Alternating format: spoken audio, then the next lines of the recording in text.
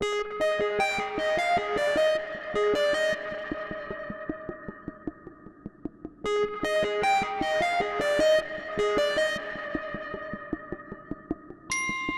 isn't an appeal to authority, it's just that I have been around a bit. Started on one of these things.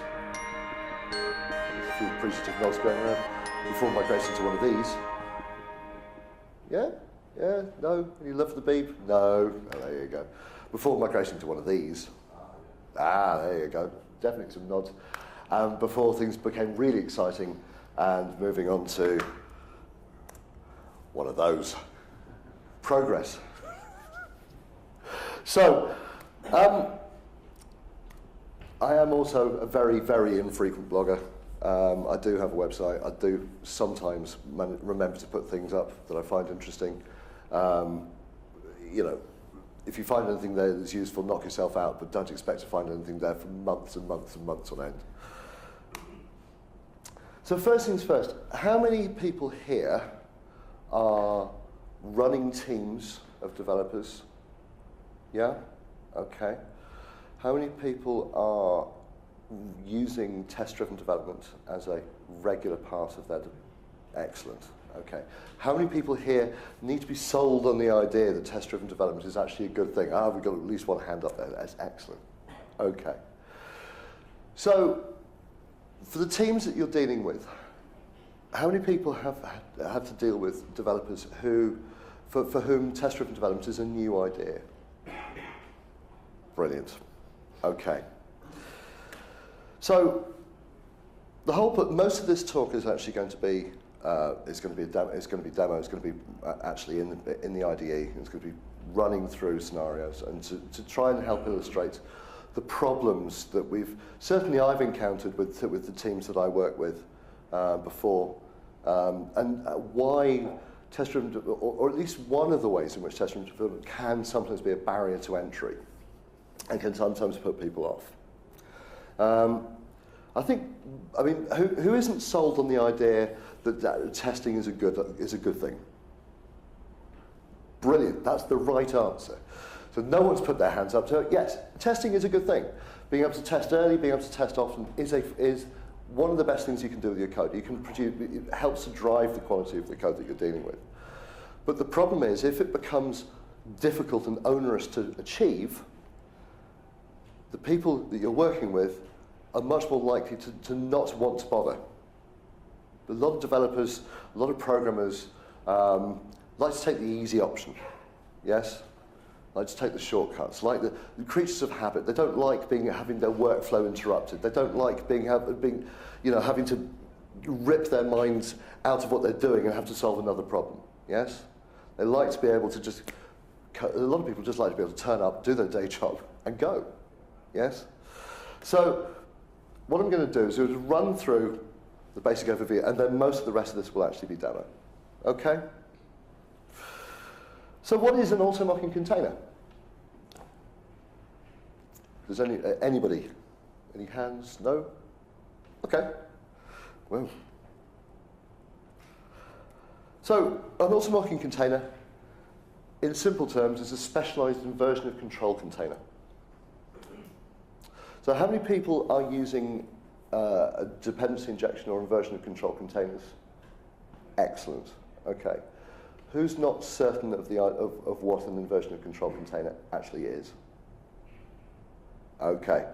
So an inversion of control container, it's a system it's a container by which you get the objects that you want to work with from your inversion of control container. And your inversion of control container supplies all the dependencies for the object.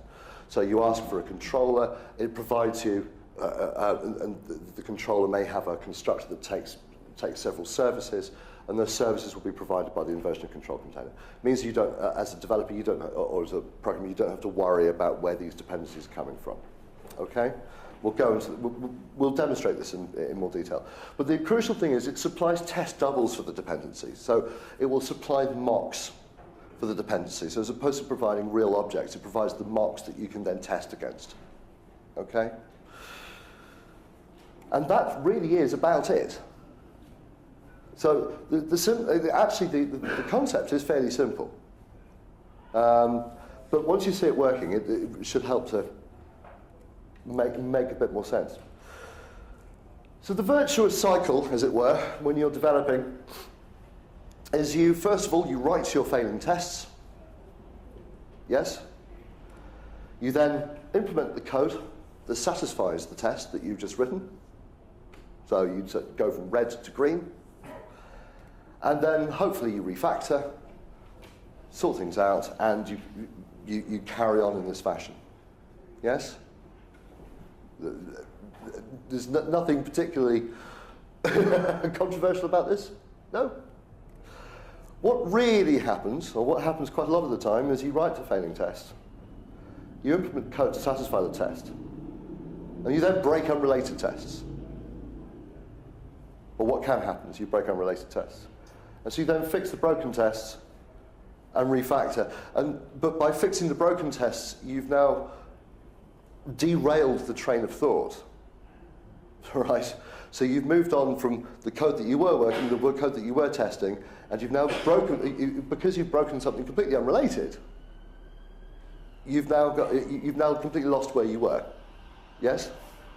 And as we all know, the more you break the developers or programmers' train of thought, the less productive they become, and the more annoyed they become. Yes? So let's dive into some code. So any questions before I dive into this? No? You're all very quiet for 9:30 in the morning. Breaking tests. Yes.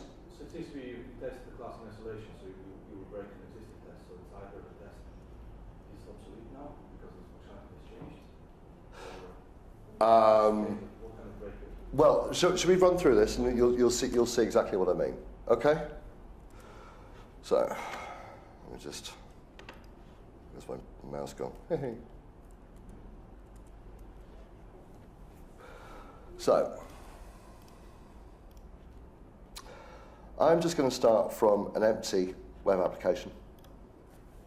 There's nothing particularly magical about this at all. Okay. So, we've got an empty web application, and this is going to be the world's most interesting MVC web application. It is just simply going to end up just putting time and a message and the current date up on an MVC page, okay? But it's more just showing the process that we go through to get there than anything else. So, the first thing I'm going to do, I'm just going to quickly enable encrunch. For those people who haven't seen encrunch, this is a continuous test framework. So, this will automatically run any tests that I've got in the project in real time. So if I've just quickly put progress bar up, there we go. Let's move that up there. Right. Okay. I quite like this because it shows me in real time whether I've got breaking tests or not. So, just quickly go to my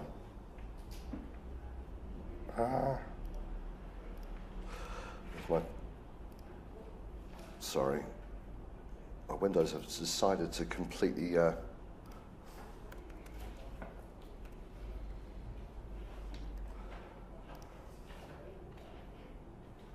moved that as well. That was clever. Didn't mean to do that. Oh well. Right, so the first things first, I'm going to install package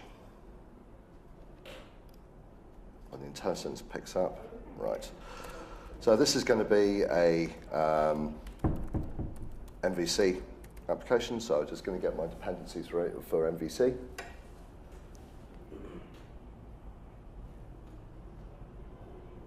Excellent. And I'm going to get, if I just create a test project, so I'm going to add a new project here, and this one is just simply going to be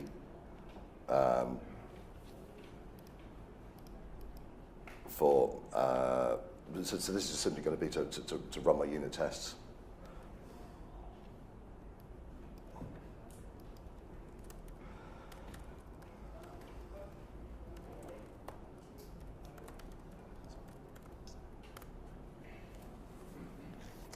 Okay. Incidentally, who's ever used the class 1 when it's generated? It's got to be the most useless thing that the Visual Studio ever does. Sorry, I'll get rid of that. Okay, and into this project I'm going to put, sorry, I didn't want to do that.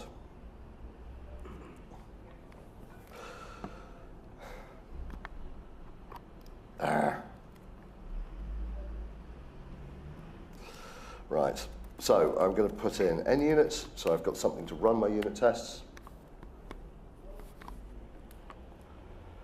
I'm going to grab mock queue, so I've got something to use my mock objects. And there we go. And I'm going to run grab fluent assertions, because I just find they make writing my tests that much more well, fluent.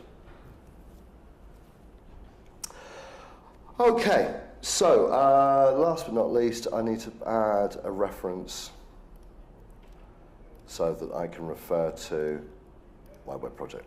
Okay, so nothing controversial, nothing weird about this. All I've simply got now is a web application, and I've got a project that can now contain some unit tests to help drive the development. Okay, so the first thing I'm going to need as part of a web application is I'm going to need, well, an MVC application is I'm going to need a controller, right? So I'm going to need a home controller so that my user can, so my application can actually do something. Yes. Okay. So if I'm doing this from a test-driven development perspective, what's the very first thing you should be testing when writing a home controller? Okay. So the very first thing you should actually be testing is whether the class you're adding, the home controller, is a controller. Surely, because otherwise it's just another class. Let's add one in. So I'm going to add in a test. So this will be our home controller test.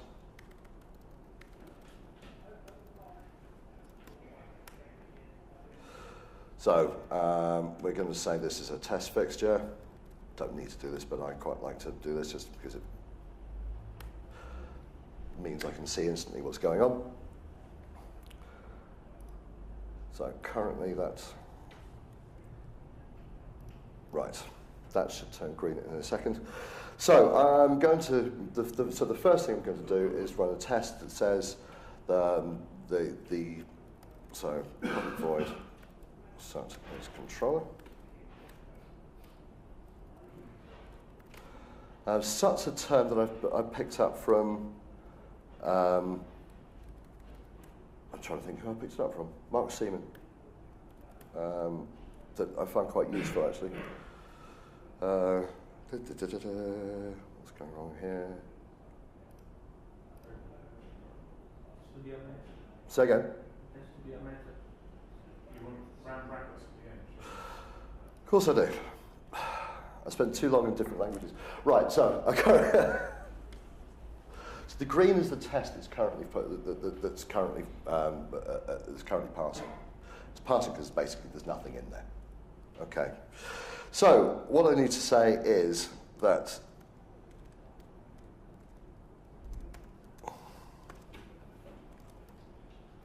web application. So if we say that it's web application dot controllers dot home controller. Okay. Now obviously this isn't going to compile at the moment because we don't have a home controller. So let's quickly fix this, and we'll go to here, and we'll add a folder. This one will be controllers, and we'll add a new class.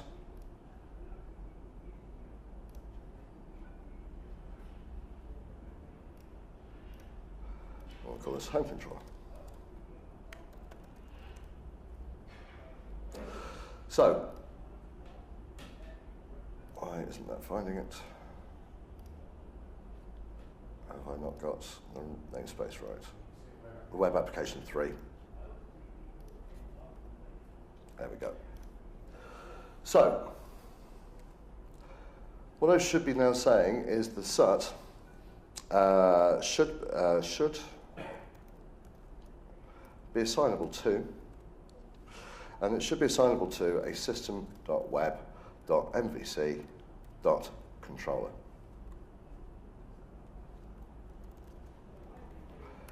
Because if it isn't, it's not a home controller. It's not a controller, right? So that test goes red, so I can go back to my home controller and say, yeah, I want this to be a controller. Okay? We all happy with this so far? Yes? So, the next thing I need to do with my controller is I should have an index method, and the index method should return a view result. Okay?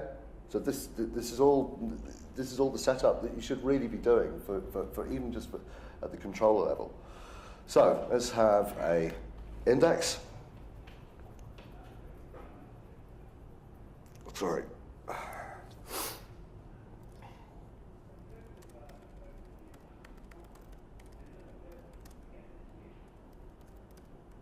So I was saying we've got a view result, index.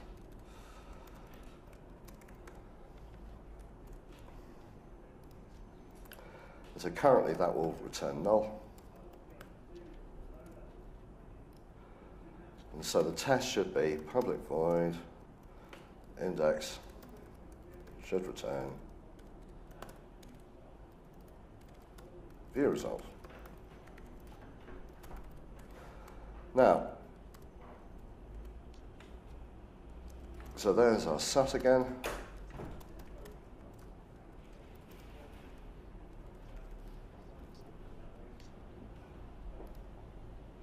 Okay, and the SUT.index should be assignable to a view result.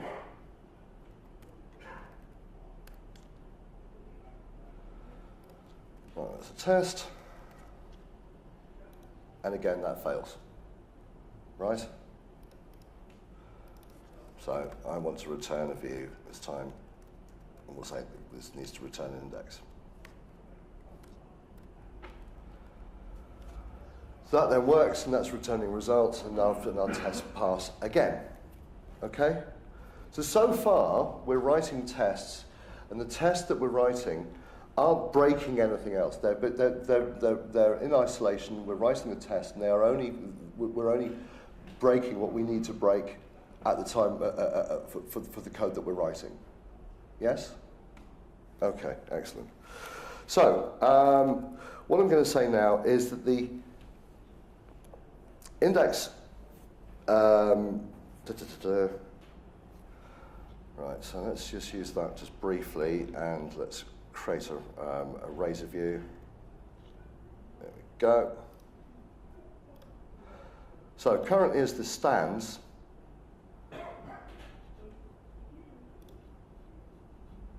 this should,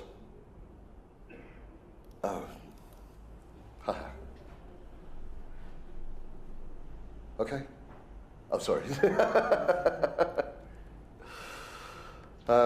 Right, where were we? So I've done that. So now, what I want to do now is I want to change this. So I'm returning a model. Okay. And the model is going to be, let's say we have a greeting. Oh, these horrible, horrible, horrible keyboards. I much prefer having a proper large scale plugged in one.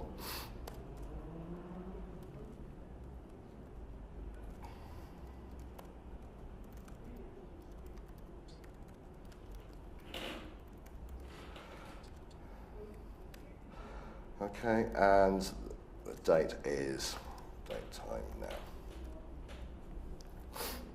Okay. So again, nothing weird or wonderful going on here. And what it hasn't seemed to have done for me is given me, this is interesting,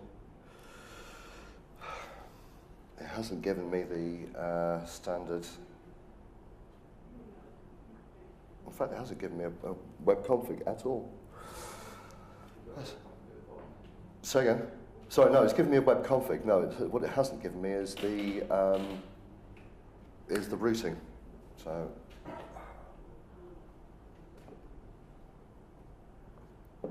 which is useful. Sorry, I'm just going to quickly grab a file that I've got from elsewhere. Hang on, bear with me just a second. Otherwise, I'm going to be here all day.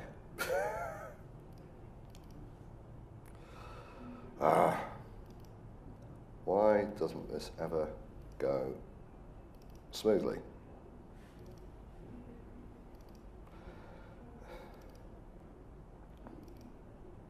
Right. Thank you. That's the one I'm after.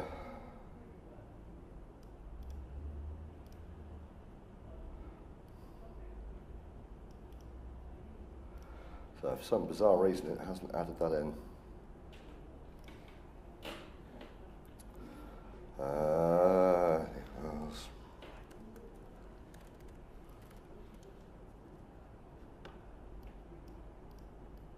So I need that, and I'm going to need to go. Right. Sorry, I'm not trying to. What I'm trying to avoid is I don't want to be testing the infrastructure. Okay, I'm trying to assert that MVC itself works fine if it's MVC if it's the MVC stuff that you're writing. What I'm actually trying to test is the code that I'm writing from scratch. So things like the home controllers and everything else. And so far this is not quite working out. So. There we go.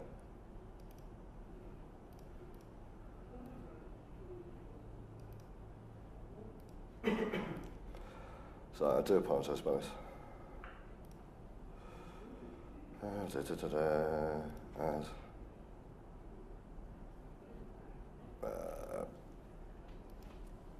Where are we? Where are we? Where are we? Where are we?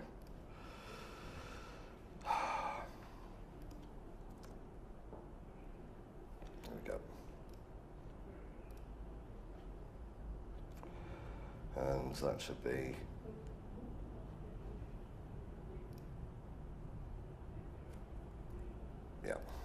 it's the application start. I knew I should have tested this.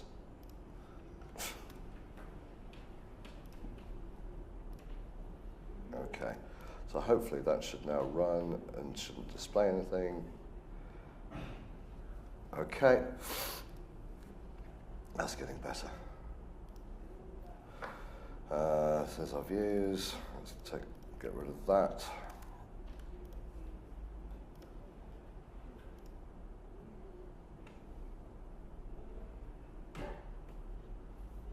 Excellent.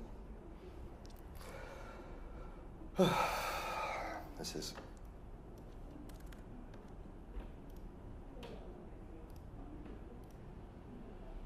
there's nothing like testing in front of an audience. And this is nothing like testing in front of an audience. Oh, dear Lord.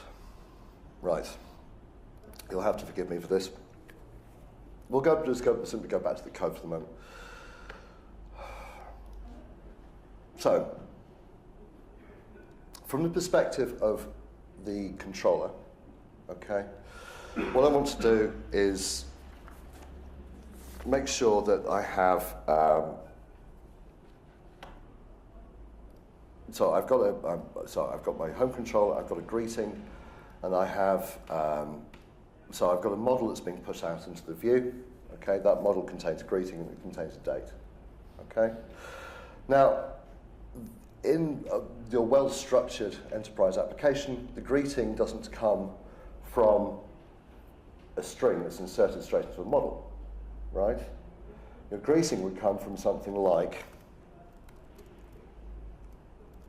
an iGreeting service, let's say. And the iGreeting service would contain a method, would contain a property on it, right? So, and that property would be, let's say, I don't know,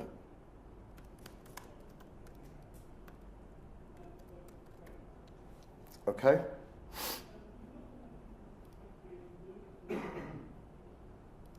Yeah. Again, I've been spending far too much time in Java recently. Okay? So, in which case, you would have your home controller would have a constructor, and that constructor would take an iGreeting service,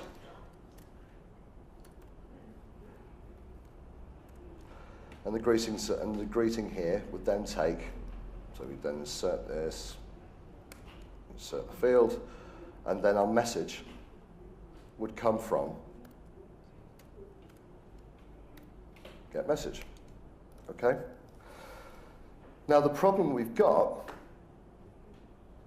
is we've instantly broken two tests. We've instantly broken a test that it says the SUS is the controller. And we've broken a test that says the index should return a view result. We haven't actually written or changed any code that directly contradicts either the assertion that the SUS is a controller or that the index should return a view result. Yeah? So in this case, what we would need to do is say, well, I'm going to need to make a mock, so I'll make the greeting service. Okay, and I'll say this is a new mock of iGreeting service. And I can put that in to my constructor. And that needs to be the greeting mock object. There we go. And let's do the same thing down here.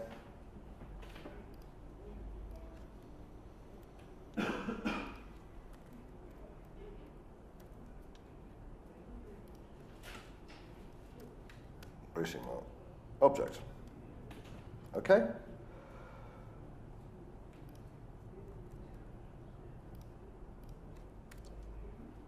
And that's still failing to build. What's it failing? Where's it failing? I've got a...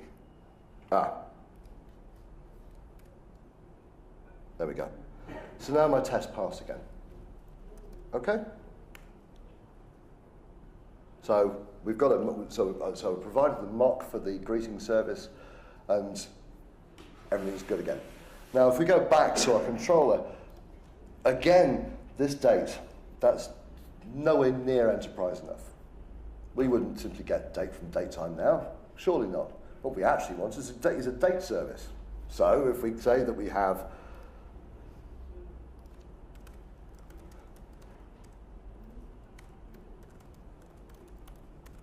and I think you can see where I'm going with this.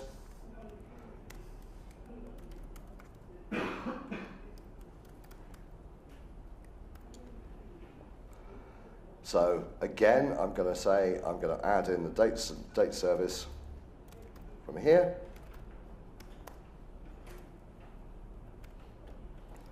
Add it to a field. And we're going to get our date service, get date time.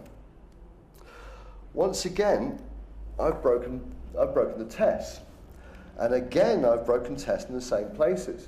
And I've broken tests that are actually completely unrelated. Yes?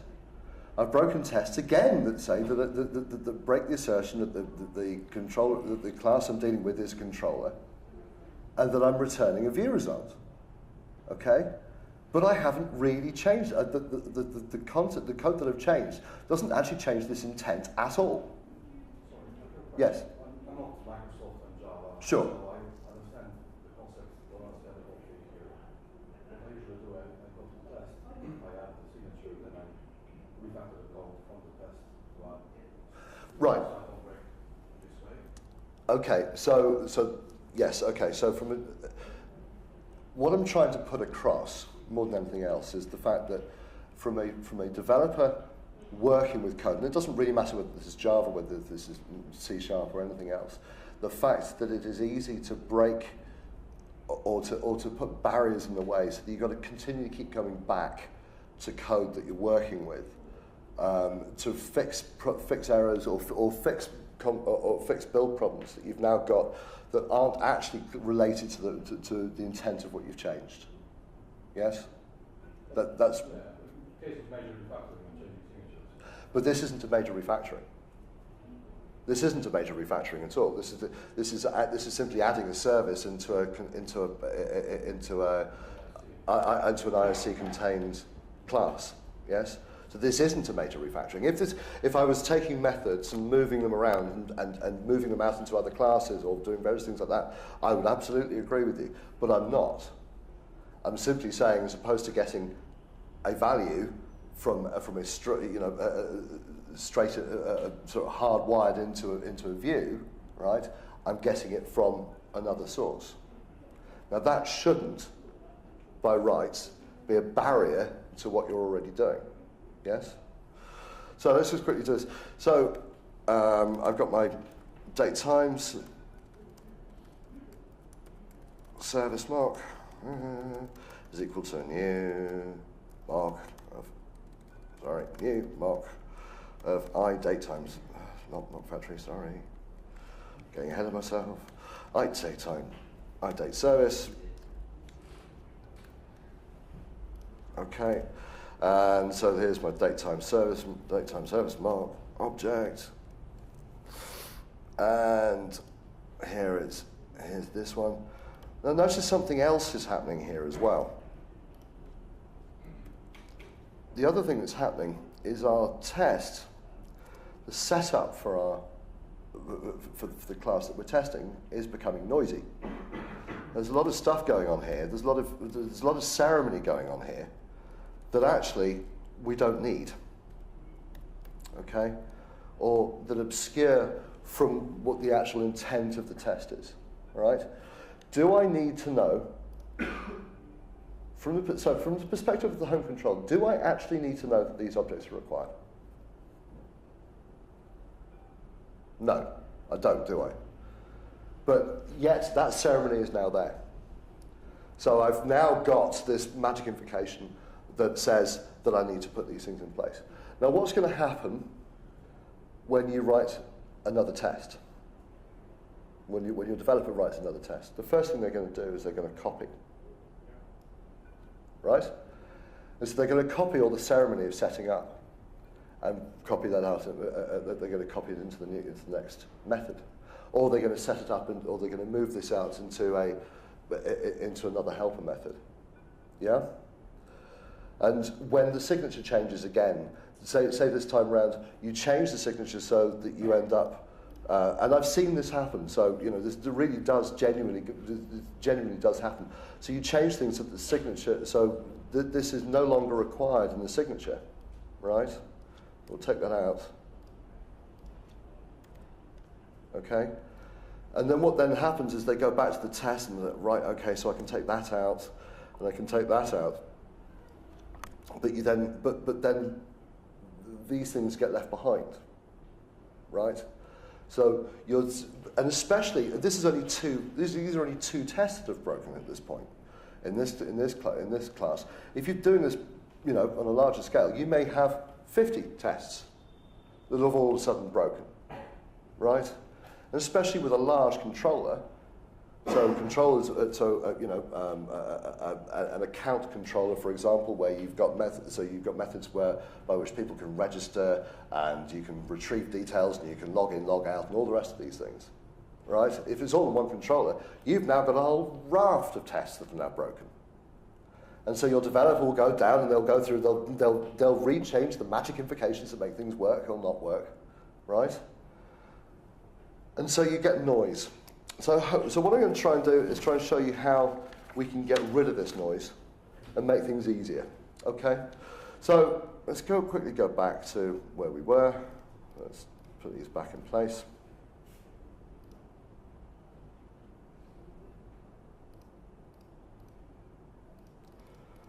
All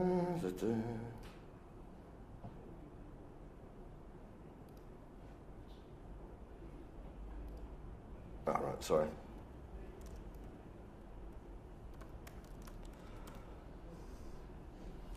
Right, yeah. So let's put our magic invocations back in.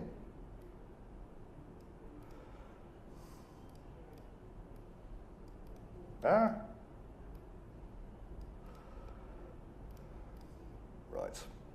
And we can go back to the home controller and we can set these back in place. Right, okay, so hopefully everything at the moment should be building. Right, okay.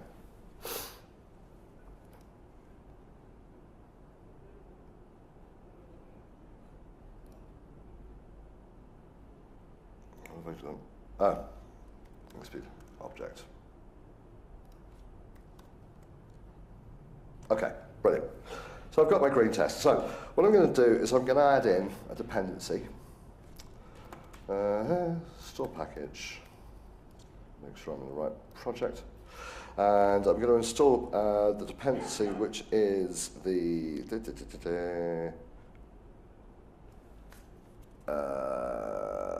Castle Windsor. That's right.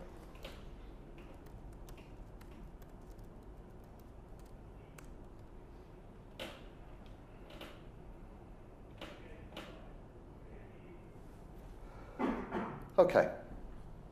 Anybody used Castle Windsor before? Yes?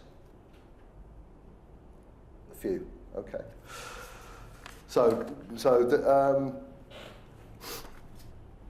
You can, yeah. I'm trying to think how you would define it. It is basically it's a dependency injection container. So it's an ISC container that you can use, and it's very, it's quite well supported. In fact, it's very well supported. I don't know why I said quite. So what I'm going to do is I'm going to say what I'm going to want to do is I'm going to want to say that to Castle Windsor that I want an object, and I want it to sort all the dependencies out for me. Okay. So the way I do this is I'm going to create a class here, and this is a mock queue resolver. So Castle Windsor has this nice idea of allowing what it calls sub-dependency resolvers.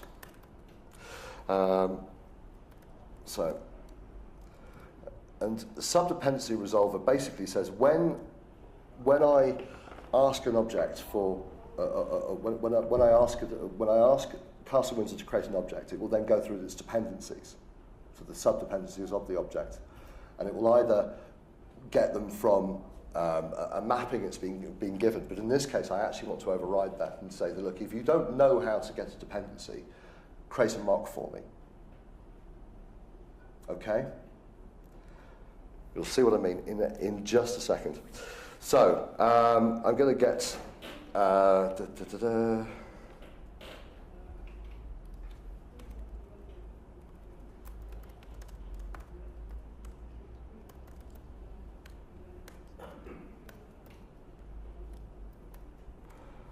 So I'm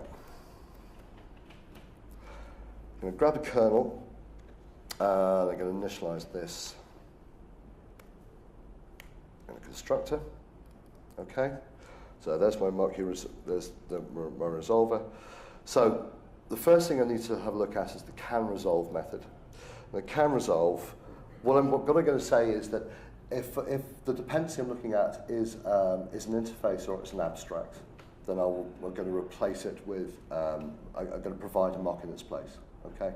So the first thing I just need to say is the can resolve just works if the dependency dot target type dot is interface or dependency target type is abstract. Okay? So if what we're asking for in the constructor for the object that we're testing, if the dependency itself is an abstract class or its interface, we're going to say, yes, we can handle this. The next thing we're going to do is actually go ahead and resolve. So this is the bit where we actually do the work. Now, this is where a bit of C# foo comes in place. So if we take a type of, so we've got the open generic form of a mock, and I'm now going to make this a generic type and give it the dependency type. Dependency target type, there we go. This will, so what this basically does, this gives me a type. So in the case of, if my dependency is of an I foo, this will create a type for a type that is type mock I foo. Okay? So it's a way of constructing, a generic type at runtime. Okay? From the type information. So it's still strongly typed. It's just because obviously I don't know what the type is until we've actually physically asked for it. Then I'm going to create the mock. And the mock itself will simply be mock. Resolve mock type.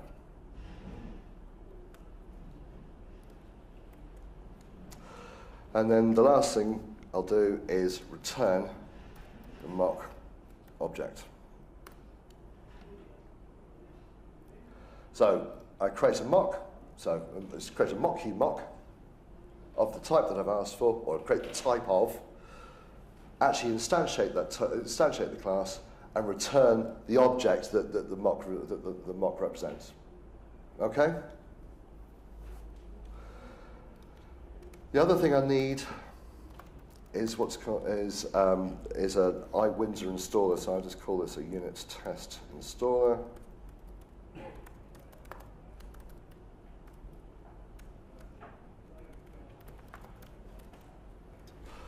And this is another fairly simple class that has one method, and this is simply install. So what I need to do here is say that the container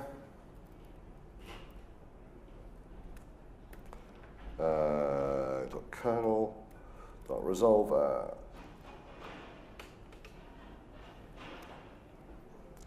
add subresolver new mock key resolver given the and passing the container kernel.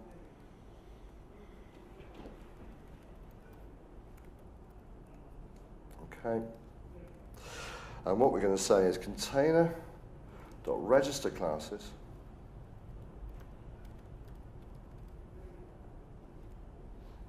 so container register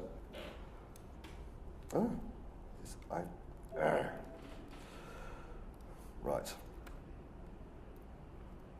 classes right so from assembly containing. So the assembly. So I'm adding classes from the assembly, and the assembly itself will be this one here. The quick way of getting that is to pick a class from here. So if I go to the global ASAX, for example, I have that global class. So if I pick that one. So I want from assembly containing. Where am I? Say again. He wants you to reference. Yes. There you go. Sorry. Yeah. Pick with service self, and I want this lifestyle transient. Okay, so there's a bit of a magic invocation going on here, but don't worry about it. And then, so container.register component and say for type of mock lifestyle singleton. Okay, so what we're doing here, what we're basically saying is for any classes that exist within this assembly, allow them to self-register, and for any time that we ask for a type of mock, we'll ask for they'll have singleton scope. So they will always be so if you ask for a mock of IFU, it'll always give you back the same mock, so that you can then test against it. Okay? Now, what that allows us to do is to then go back to our tests. So if I go back to my home controller tests, so I can rewrite this, and I can say that I want a container, and the container will be a new winter container.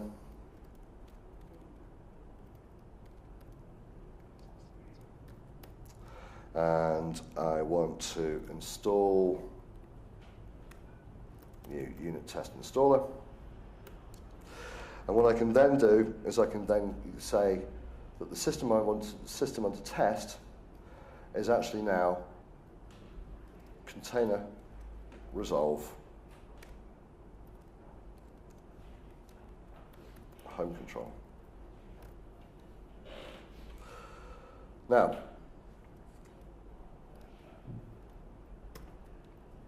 let's fail to build there because I have an extra bracket, and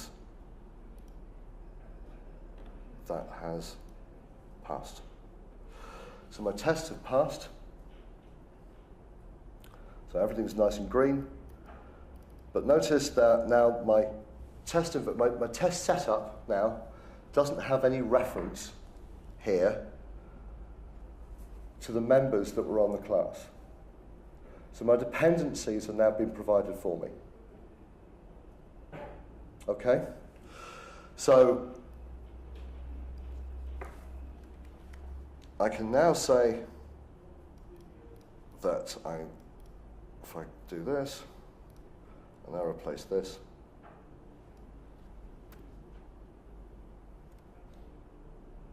okay?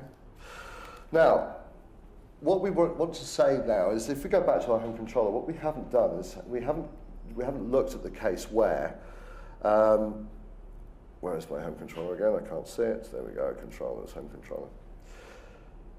There's the view. The greeting should be coming from the greeting service. We've got nothing to assert this is the case. Okay, so greeting should come from greeting service. Yes. So,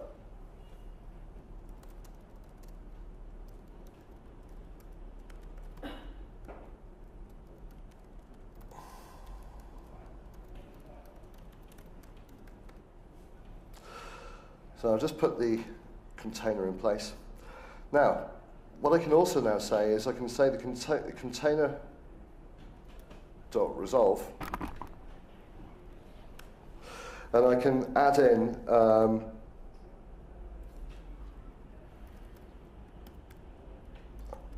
there we go.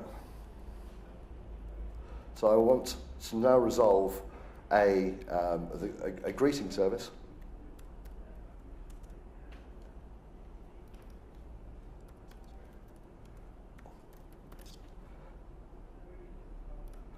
And I can now say greeting service dot verify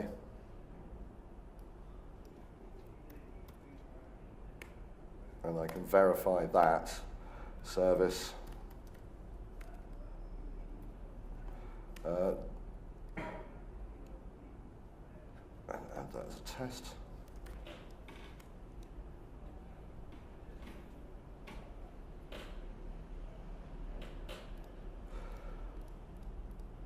So that's right. So that's failed.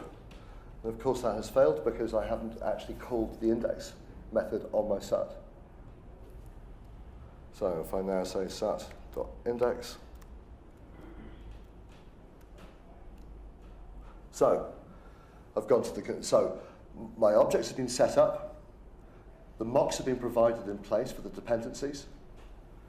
When I've actually needed to get the same mock, I can go back to the same container and say, I want this mock, and I now want to be able to test against it. So the upshot of this now means that if, for whatever reason, I now have a third service, okay? So let's say I've got a,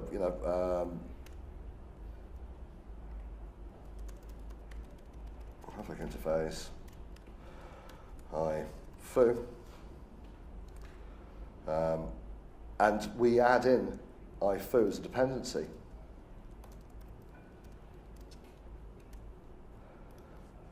It doesn't break anything.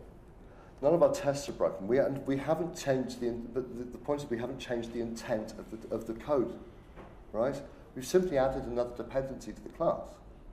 But there may well be other tests that you have. You may have a test that describes that does describe the controller. You may have a test that says, I want to make sure that a dependency that's passed in is assigned to a field. Now that would you would legitimately break that test, but what you haven't now broken is the other 15 tests, let's say, in your test class. You focus the test that you're breaking on the areas of code that have actually changed. Any questions so far? Yes? If that's a singleton, what happens if you want to run the test in parallel? Right. So the question is, if this is a singleton, what happens if you run the test in parallel? So that's why I haven't moved the tests, I haven't moved the setup into a helper method, right? So I have all my setup invocation in each test. Yeah, okay, that's a subtle gotcha if you were trying to be tidy. That could be a gotcha. Yes, absolutely. So yes. You mentioned, like, in this instance, you've not broken all your 15 tests. Yes, absolutely. But surely you shouldn't be changing code without changing the tests first. So you want to, this new thing that you're doing, you want to harness all your tests with the right verifications, so that it's in place ready. Absolutely. No, I completely with you. So the point is, I shouldn't be making changes to the tests or changes to the code until I have the tests in place. The proof that I need to do it. This is absolutely true. But put yourself in the mindset of your developer who's been put in front of who's been made to do test-driven development. He's not particularly sold on the idea, and is he going to?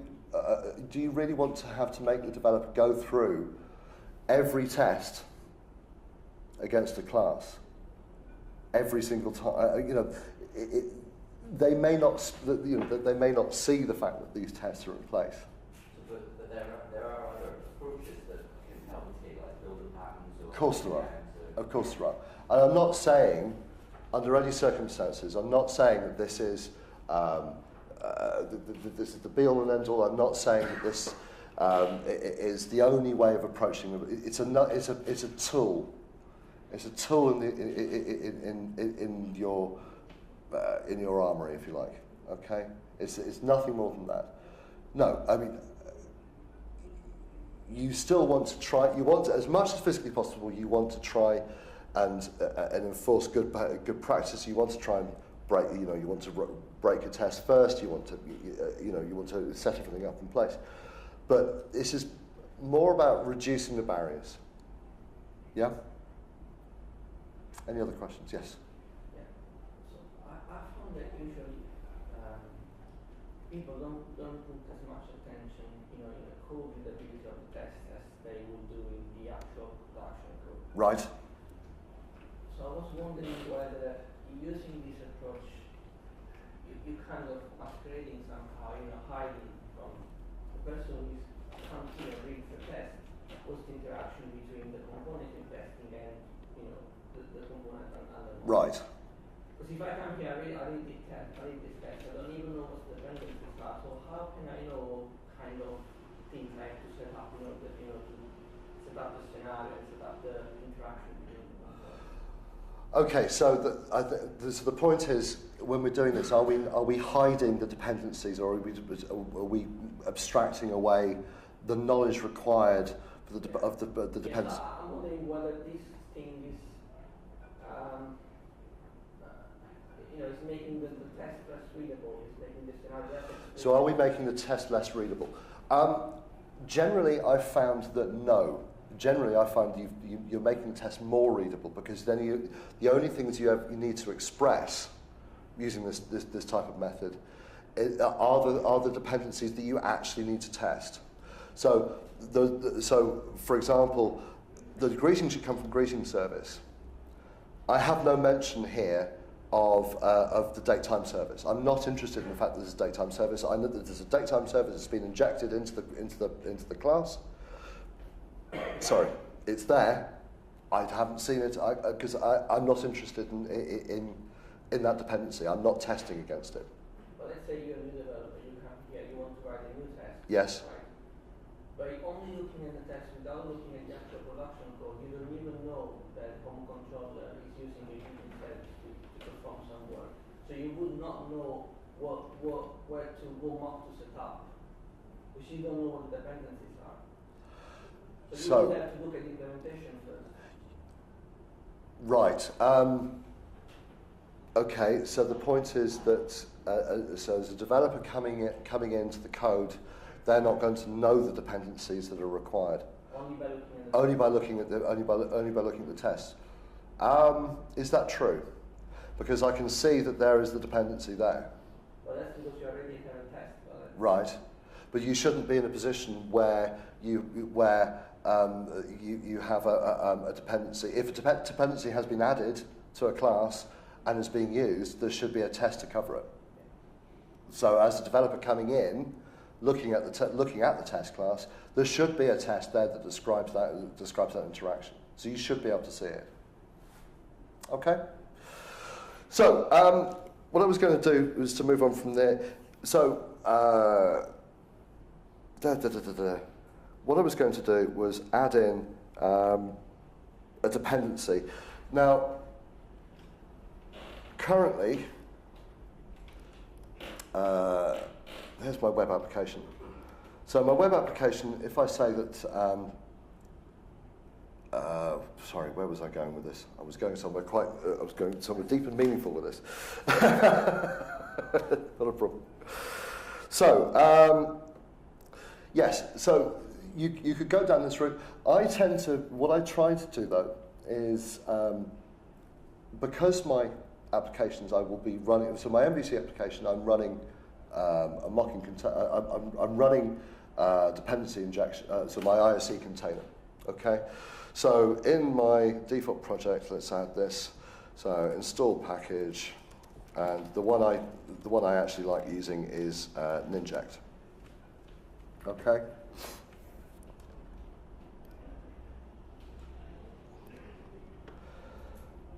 So there's Ninject, it's installed, excellent. Now, what I tend to do is, rather than using Castle Windsor at this point, what about if I use exactly the same dependency ISE container that I'm using in my web project? What if I use exactly the same one for my unit tests? Okay? So, the reason I do this, so let's uninstall a couple of packages.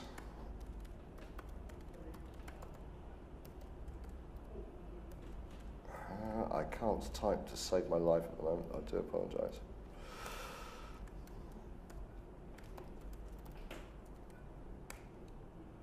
Okay. And I'm just going to get rid of that class there. Okay. So my tests are now failing at the moment because I obviously don't have the Castle Windsor dependencies. So let's just get rid of that for a second.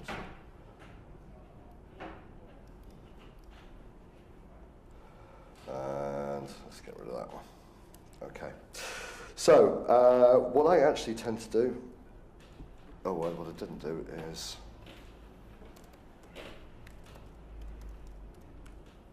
right, good. Sorry, I did write this down somewhere. Now, you'll find on NuGet, and there are quite a lot of these, you'll find there is a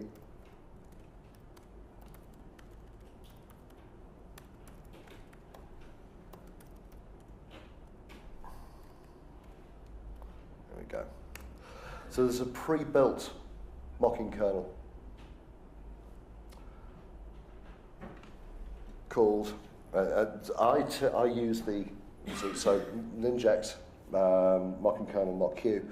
There are, I can't remember which ones there are now. Right, so there's N-substitute, there's one for Rhino mocks as well. So you don't have to use mock-Q, is my point. So now, I can turn around and say that. If I say I want a kernel,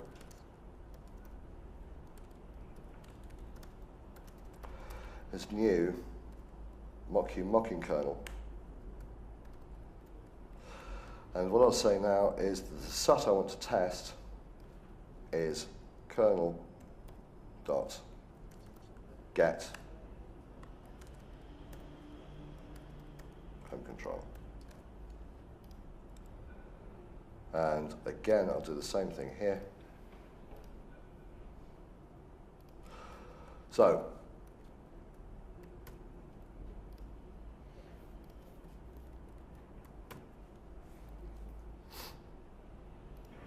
let's just pop those in for a second. It should build. Yeah. And that's failed.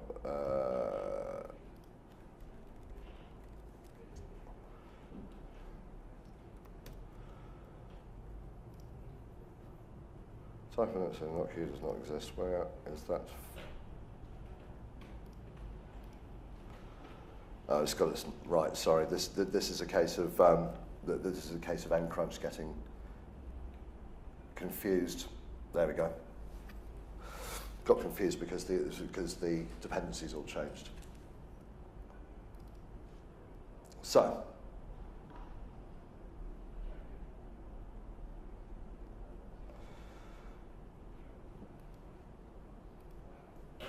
What on earth is going on here? Don't you just love it when tests break? Oh, demos don't work.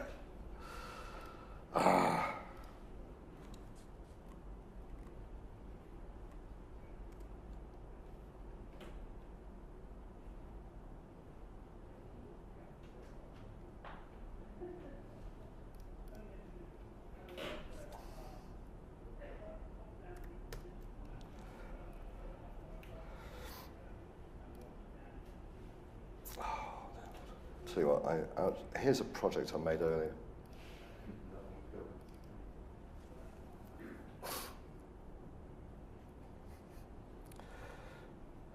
I think it's just obviously got confused.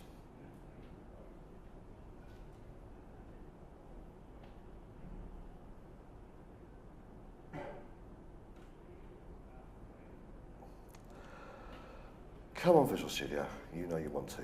Right. So,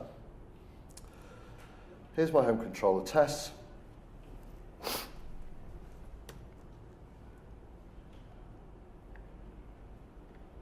Now, there we go. So, my test here, all I'm saying is I've got a new mock-Q mocking kernel. So this is, what you should be able to do is you should be able to, in your test, you should just be able to install the package. The package dependency in the unit tests is simply that Ninject mocking kernel mock-Q. That will then pull in all the dependencies that you require. And then the only thing you need to do is in your test is you say that you want a kernel and you get your controller through your kernel. Your dependencies are then supplied for you. Okay? Any time that you then need to get access to one of the dependencies, you simply ask for that dependency. So in the case of the greeting service, for example, where are we doing it? Or if for example, if here I wanted to do that, I would just simply say that kernel dot get mock iGreeting service,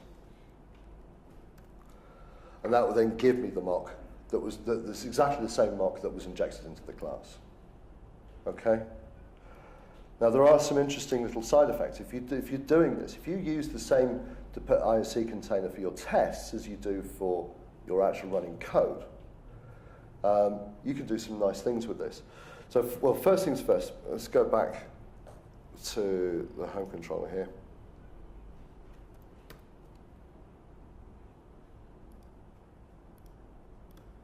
Let's run this. This should work. Okay.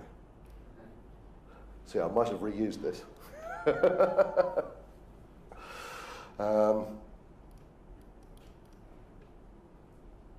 Let's just go back. Why is that coming back and saying that should be assignable to controller, which it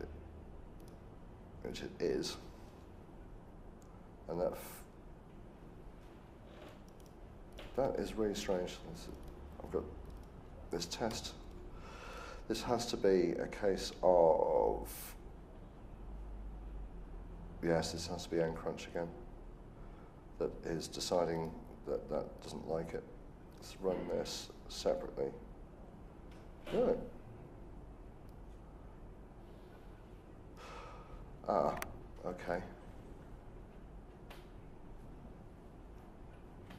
How weird.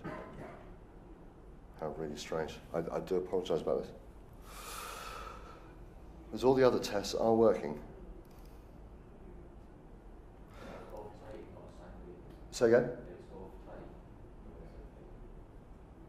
So that should be off type view results, which it should be.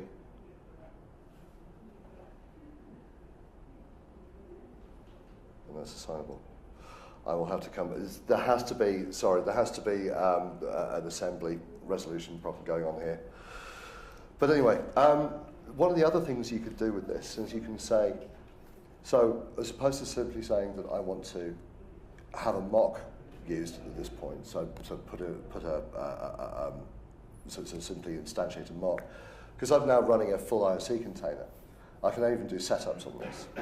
So I can turn around, for example, here and say, there is a greeting service. As opposed to providing, as opposed to saying, give me put a mock greeting service in place. How about actually put in a greeting service that we know of? Okay, so I have a fake here. Here's a fake greeting service. Implements an iGreeting service. It takes a greeting in that we can then put out, so I can then test that the greeting that comes back out that's set in our view is the right one. Okay, and so when the kernel generates the objects, as opposed to putting a mock in place, it's now going to use the fake greeting service that I have here. Yeah? And then I can then do the test. And so the result that comes back in the greeting should be expected greeting, which it is. I assume you could also do that using the mock, and you could set Absolutely. Absolutely right. But this is just another idea. So now you've got this in place, now you have the mocking kernel in place, as opposed to simply saying, here's the mock. So yes, I could do the mock, I could get the mock, I could do the setup on it. Or I can say, here's a fake implementation. And as opposed to resolving using a mock, resolve using my fake implementation, I'll use this. One of the other things that we've got, the other test that I have here is all controllers. And this one, so this is a test. So what I'm saying, this is just a nice little bootstrap test. It's worth thinking about. So just to check that if you've got a dependency that you have in your web project that's being set up to inject, and you haven't got a binding for it, you're going to get a runtime error. Okay. This is just a simple test. If it runs, which it should do.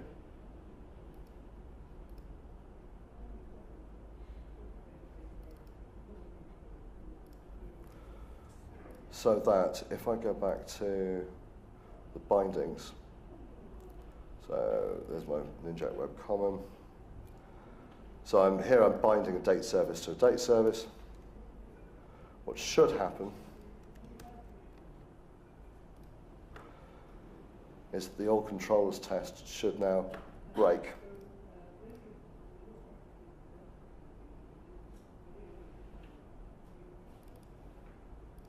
And that's not even running. That's wonderful. I'll believe this.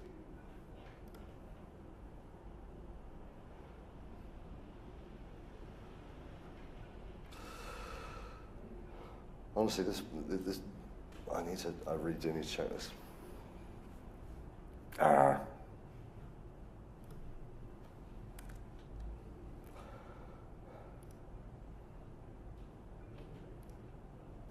So,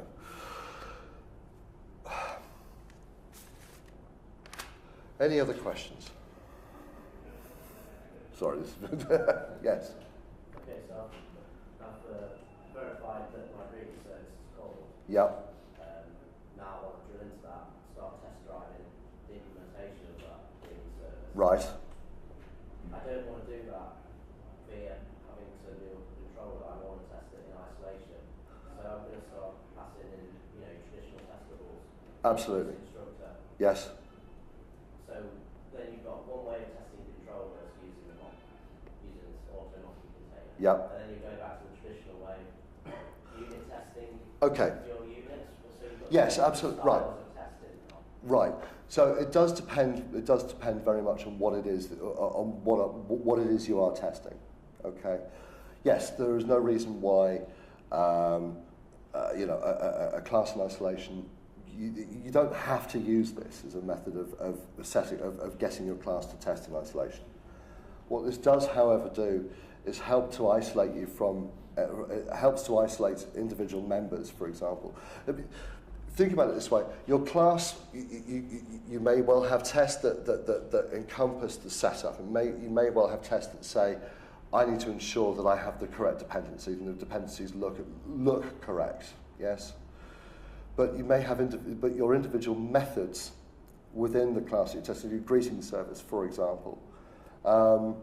Yes, you might have. You would have individual members on the greeting service that you would test in isolation. Yeah.